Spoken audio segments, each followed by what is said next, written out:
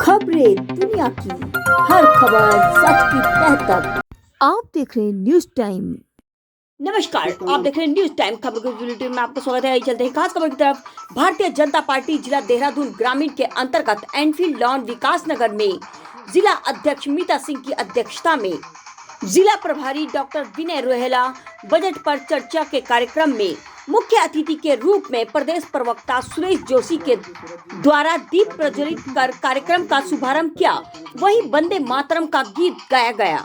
तत्पश्चात प्रदेश प्रवक्ता सुरेश जोशी के द्वारा विस्तार पूर्वक बजट के बारे में बताया, किस तरह से देश आगे बढ़ रहा है। उन्होंने बताया कि शिक्षा, स्वास्थ्य, बेरोजगारी तथा किसानों के हितों को लेकर किस तरह देश की आर्थिक स्थिति को आगे बढ़ाए रखना है तथा इस कार्यक्रम में मंडल के नवगठित वरिष्ठ, ज्येष्ठ व श्रेष्ठ कार्यकर्ता अधिक से अधिक संख्या में मौजूद रहे। वहीं इस कार्यक्रम में क्षेत्रीय विधायक मुन्ना चौहान का भी आगमन हुआ तथा इस कार्यक्रम में जिला अध्यक्ष मीता सिंह, नीरू देवी, शांति ज्वाठा, विनोद कश्यप, अमित डबराल, जिला महामंत्री नीरज चौहान, दयानंद जोशी, जिला उपाध्यक्ष नरेश चौहान, जिला मंत्री, कार्यक्रम संयोजक बचना शर्मा, जयंती देवी, कमला चौहान, किरण चंद, मंजू नेगी, रेखा सिंह, आशा सक्सेना व अन्य क्षेत्र से सम्माननीय कार्यकर्ता भी मौजूद रहे। आइए देखते हैं। इसके लिए जो भी कार्य किए जा रहे हैं उसकी जानकारी हम सब लोगों तक पहुंचा पाएं। उनके संयोजक श्री दयानंद जोशी जी, नीरज चौहान जी, नरेश चौहान जी, धन्यवाद। भारत सरकार के केंद्रीय बजट के क्रम में केंद्रीय नेतृत्व द्वारा ये तय किया गया, अपने सभी केंद्रीय मंत्री, प्रदेश के सभी पदाधिकारी आहूत किया गया है और उसमें हम सबको मार्गदर्शन देने के लिए हम सबके मध्य आदरणीय सुरेश जोशी जी जो प्रदेश प्रवक्ता हैं और आज के इस कार्यक्रम के विषय वक्ता भी हैं, हम सबके बजट को लेकर के है। हम लोगों के मध्य में यहाँ के आदरणीय जिलाध्यक्ष जी मीता सिंह जी, दोनों महामंत्रीगण ने, हमारे इस विकास नगर के सभी प्रबुद्धजन, जैसा आप सब लोगों को विदित है कि भारतीय जनता पार्टी के इस सरकार के द्वारा अपना इन 10 वर्षों की जो सरकार 10 वर्षों से देश में चल रही है, क्योंकि अगले साल चुनाव होगा, तो ये जो चुनाव से पहले का बजट है, क्योंकि संभवतः करके हम लोग आगे बढ़ेंगे। अगर हम पर कैपिटा इनकम की बात करते हैं तो आज जो है कि 1.97 पर कैपिटा इनकम देश की है, लेकिन हमारे लिए एक अच्छी खुशखबरी ये भी है कि जहां हमारे देश की पर कैपिटा इनकम 1.97 है तो हमारे प्रदेश की खुशखबरी है।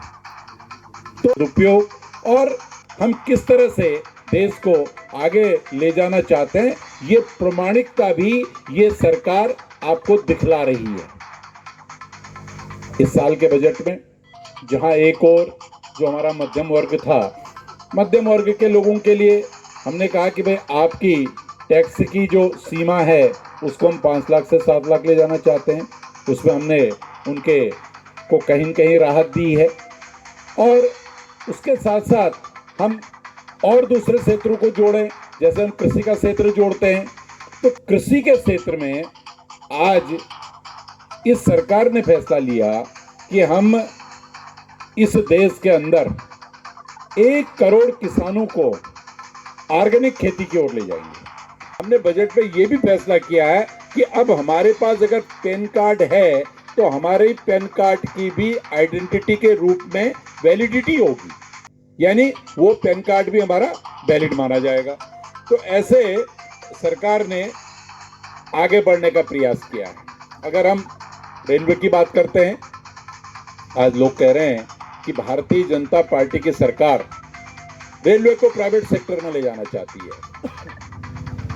हवाई सेवाओं को प्राइवेट सेक्टर में ले जाना चाहती है। देखिए, इस सरकार का जो उद्देश्य और लक्ष्य है, इस सरकार का उद्देश्य और लक्ष्य सिर्फ इतना है कि हमारे देश के नागरिकों को अच्छी सुविधा कैसे मिले।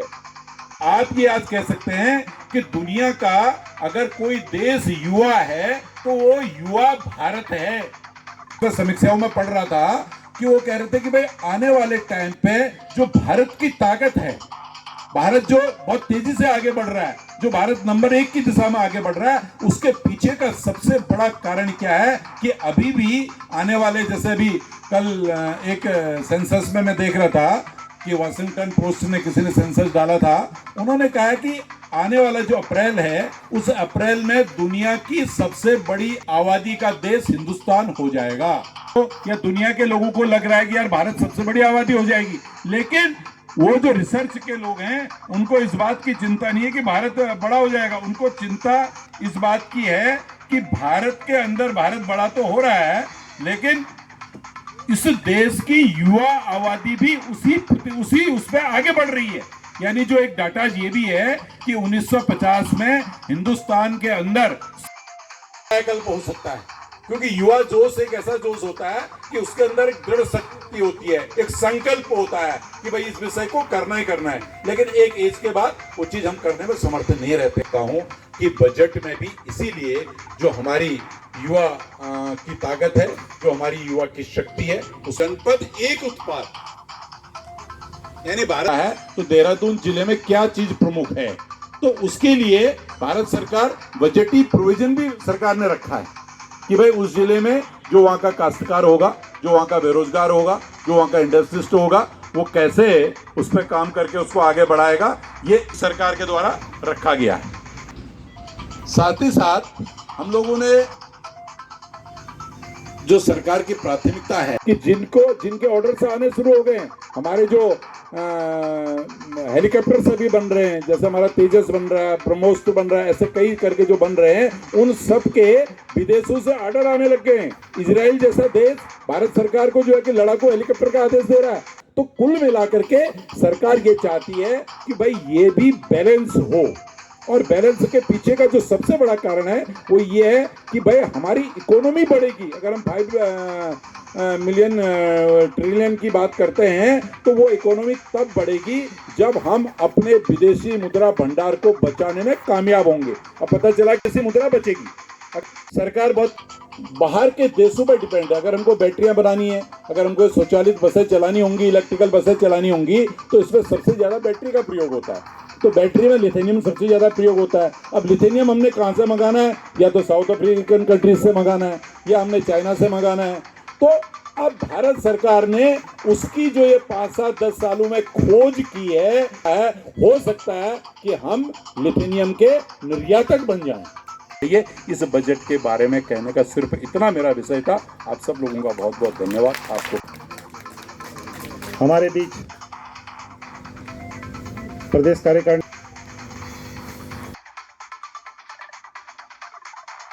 कैसी है?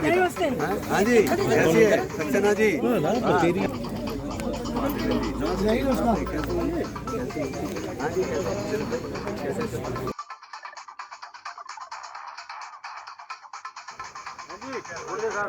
हम लोगों ने आज यहाँ पर बजट को लेकर के, जो केंद्र सरकार का बजट आया था, उस बजट पे इस देश की जनता के लिए जो सुविधाएं भारत सरकार ने प्रदत्त की हैं, बहुत विस्तृत एक चर्चा यहाँ पर हुई। एक बहुत बड़ी गोष्ठी थी, और किस तरह से आम जन को उसका लाभ मिले और क्या क्या बजट में प्रोविजंस रखे गए थे, उन सब विषयों को बहुत विस्तृत चर्चा के रूप में देहरादून ग्रामीण जनपद की इस बजट गोष्ठी में, जो प्रबुद्धजनों की और कार्यकर्ताओं की गोष्ठी थी, उसमें उन विषयों को हम लोगों ने रखा। और साथ ही साथ इस देश की बेरोजगारी कैसे ख़त्म हो, डेवलपमेंट और कैसे आगे बढ़े, और 1 वर्ष के लिए फिर 80 करोड़ लोगों को राशन की सुविधा सरकार देने जा रही है। ये तमाम विषय जो थे हम लोगों ने रखे। साथ ही वर्तमान समय में उत्तराखंड सरकार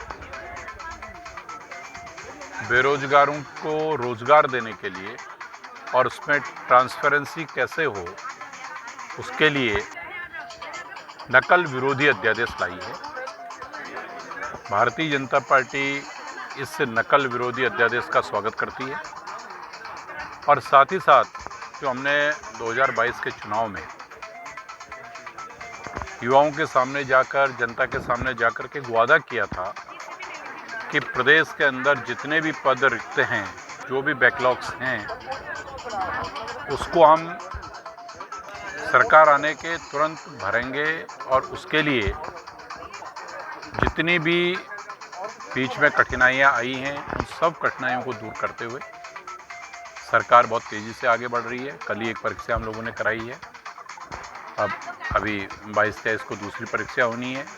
यानी हमारा लक्ष्य ये है कि एक वर्ष के अंदर जितने पद प्रदेश के अंदर रिक्त हैं उन सबको कराएंगे, उनमें सब में भर्ती हम लोग कराएंगे और साथ ही साथ हम उन सब बेरोजगार भाई बहनों से, उन छात्र छात्राओं से एक निवेदन भी कर रहे हैं कि सब लोग अपनी अपनी पढ़ाई में अपने नकल विरोधी अध्यादेश के आने के बाद अब मुझे नहीं लगता है कि इस प्रदेश में कोई ना नकल करने की हिम्मत कर पाएगा और ना नकल करवाने की हिम्मत कर पाएगा। न नकल होगी, न नकल कोई करवाएगा। इसलिए हम आश्वस्त करना चाहते हैं, ये हमारा विषय है। वो 24/7 है। जैसे आप लोग 24/7 चलते हैं, उसी तरह हम भी चलते हैं। पार्टी सिर्फ चुनाव के समय जनता के बीच में जाए या कार्यकर्ताओं को इकट्ठा करे, ये भारतीय जनता पार्टी का नहीं है। हमारा तो बूथ से भी नीचे, अब हम लोगों की पहले बूथ स्तर तक की बैठकें होती थी, बूथ संयोजक होते थे, अब हमने पन्ना संयोजक और पन्नू के स्तर तक की बैठकें बुलाना शुरू कर दिया। बजट को, जो केंद्रीय बजट है, इसको जन जन तक ले जाने के लिए हर बूथ के अंदर हमारे पास कार्यकर्ता है, हमारे पास जो है वहाँ पर को अपने जो नेता हैं वो हैं, तो सारे विषयों को वहाँ तक जाएंगे। अभी तो ये जिला स्तर पर है, उसके बाद हम इसको मंडल स्तर पर ले जाएंगे, मंडल स्तर से बूथ स्तर पर जाएंगे। लगातार सर कांग्रेस हमलावर है, बजट को लेकर, खासकर महंगाई को लेकर, बेरोजगारी को लेकर, शिक्षा घोटाले को लेकर, इस तरह के कई मुद्दे अहम उठाने के काम करें, क्या बोलना? देखिए, कांग्रेस के पास कोई मुद्दा नहीं है। कांग्रेस की हालत ये है, दिल्ली में राहुल गांधी, प्रियंका गांधी, उनके आदरणीय अध्यक्ष खड़गे जी, वो कहते हैं कि साहब ईडी सीबीआई बीजेपी की कठपुतली है, हमें सीबीआई और ईडी पे भरोसा नहीं है। जब बाड्रा की जांच होती है तो उनको भरोसा नहीं होता है, जब नेशनल हेराल्ड प्रकरण आता है उनको भरोसा नहीं होता है। वही कांग्रेस उत्तराखंड में कहती है सीबीआई जांच कराओ। तो अब कांग्रेस की जो कथनी करनी है वो किस तरह की है? कांग्रेस तो जो है कि सिर्फ मीडिया के सामने आकर के बयानबाजी तक रह गई, ऐसी पार्टी बन चुकी है। कल का प्रकरण देखिए, कांग्रेस के कार्यालय में कांग्रेस के युवा लड़ रहे, मारपीट हो जा रही है। तो ये कांग्रेस का अनुशासन है, ये कांग्रेस का काम करने का तरीका है। कांग्रेस जिस बात को कहती है उसको सुन कौन रहा है? कांग्रेस की प्रामाणिकता कहाँ रह गई है? वो प्रामाणिकता इसलिए नहीं है कि भाई कांग्रेस अपने आप में कन्फ्यूज हो गई है।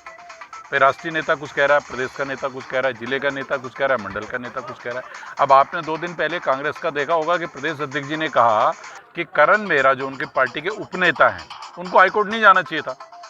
शायद वो हाईकोर्ट नहीं जाते तो हमारी सीबीआई की डिमांड मजबूत होती, ये उनके प्रदेश अध्यक्ष कह रहे हैं।